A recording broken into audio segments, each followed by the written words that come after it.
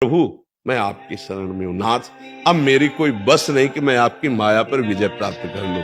और देखो हृदय की बात बताए, बातें चाहे जितनी बना लिया जाए, सच्चाई की तुम्हें बात बता रहे, अगर डट के 24 घंटे सावधानी पूर्वक भजन नहीं है तो माया थप्पड़िया के रौंद देगी कोई भी हो। इतना बात समझ लेना, इसका मतलब होता शरणागति। ये समझ ना, ये जब एक को गोली बंदूक में नहीं बजती है ना, तो डकैत क्या करता है, क्या करता बंद हाँ सर मार ला ले ये है ना जिसे हम शास्त्रीय भाषा में शरणागति कहते हैं, उसे आप अंग्रेजी में सरेंडर, सलेंडर की सरेंडर क्या अंग्रेजी ले आती सरेंडर। हाँ अब एक को गोली नहीं रह गई तो अब समझा के सामने से, तो इसलिए तो ये मन, ये बुद्धि, ये चित्त, ये अहंकार में को सामर्थ्य नहीं रह गई प्रभु। अब आपकी शरण में है तो जय जय श्री राधे या जय जय सिया राम या नमः पार्वती पते हार हर हर महार। तो ये जो है ये हमारी शरणागति का प्रतीक है। और हम जिस इष्ट के आराधना में लगे होते हैं हम उनकी जय जयकार करते हैं जहां हम लगे होते हैं। तो ये शरणागति का प्रतीक। अंतर में अगर भगवत चिंतन, हनुमान जी महाराज बहुत बड़े ज्ञानी महापुरुष हैं, वो कह रहे हैं कह हनुमंत विपति प्रभु सोई, जब तब सुमिरन भजन न होई।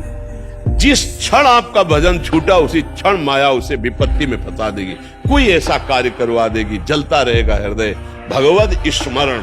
और हम सबसे कठिन अनुभव कर पाए हैं जीवन में कि निरंतर भजन करना सबसे कठिन बात है। प्रवचन कर लेना, खूब फैला लेना, समाज जोड़ लेना, ये सब सरल है, लेकिन मन को एकाकार करके निरंतर प्रभु में लगाना ये सबसे कठिन बात है, ये सबसे कठिन बात है।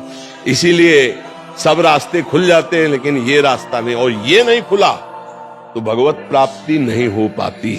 क्योंकि मन का कार्य है संकल्प विकल्प करके भोगों में जाना, तो आपकी विद्वता मन को नहीं रोक पाएगी, आपकी प्रवीणता, आपका नाना प्रकार का वैभव, आपका नाना प्रकार की कलाएं मन को नहीं रोक पाएगी। मन को रोकने के लिए कृपा निधान भगवान का भजन चाहिए।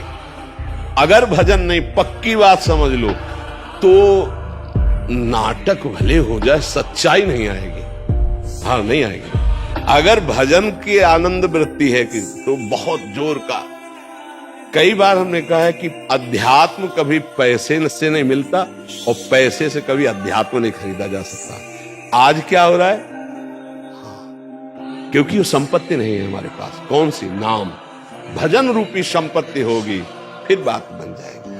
वो केवल पढ़े लिख करके तो आप देखो ना, हर डिपार्टमेंट में कितना विज्ञान विस्तृत हो गया है, कितना विस्तृत है। तो ये भी पढ़ाई है, शास्त्र पढ़ करके हम आपको प्रवचन सुना रहे। बोलने की कला, शब्दों का प्रयोग, लक्ष्यदार भाषण, ये सब कलाएं हैं।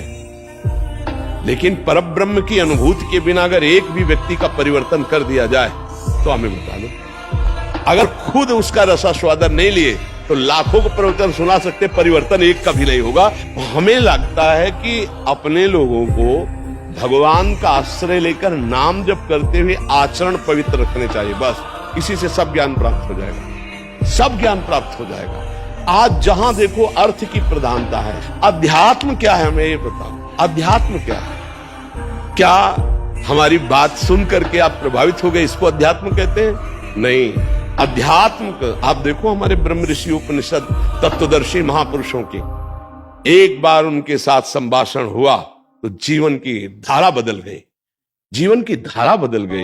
अगर निष्काम नहीं है प्रवचन करता तो धारा नहीं बदल सकता, क्योंकि धारा यही नहीं बदली तो आंखें से बदल जाएगी। निष्कामता, हमारे शास्त्र जो है ये निष्काम महामहिमा में उपस्थित करते हैं आपको, निष्कामता में। हम लोग सकामता में फंस गए हैं। आज जो अभी हमें उपदेश मिल रहे हैं वो घुमाकर शास्त्रों का अर्थ बदलकर सकामता की तरफ ले जाया जा रहा है। किसकी सकामता? आपकी कामना की पूर्ति होगी ऐसा प्रलोभन, और जिससे हमारी कामना की पूर्ति होगी वैसा प्रलोभन। कई तरह की ऐसी धारणाएं बनती चली जा रही कि सत्य वस्तु क्या है, भगवान क्या है, भगवत प्राप्ति का स्वभाव स्वरूप क्या है, ये सब ढकता चला जा रहा है। इसीलिए अच्छा, और अगर बोला गया तो एक की निंदा, दूसरे को सपोर्ट, तीसरे की अवहेलना, चौथे की निंदा, ये नहीं है, ये अध्यात्म नहीं है, अध्यात्म का स्वरूप ये नहीं।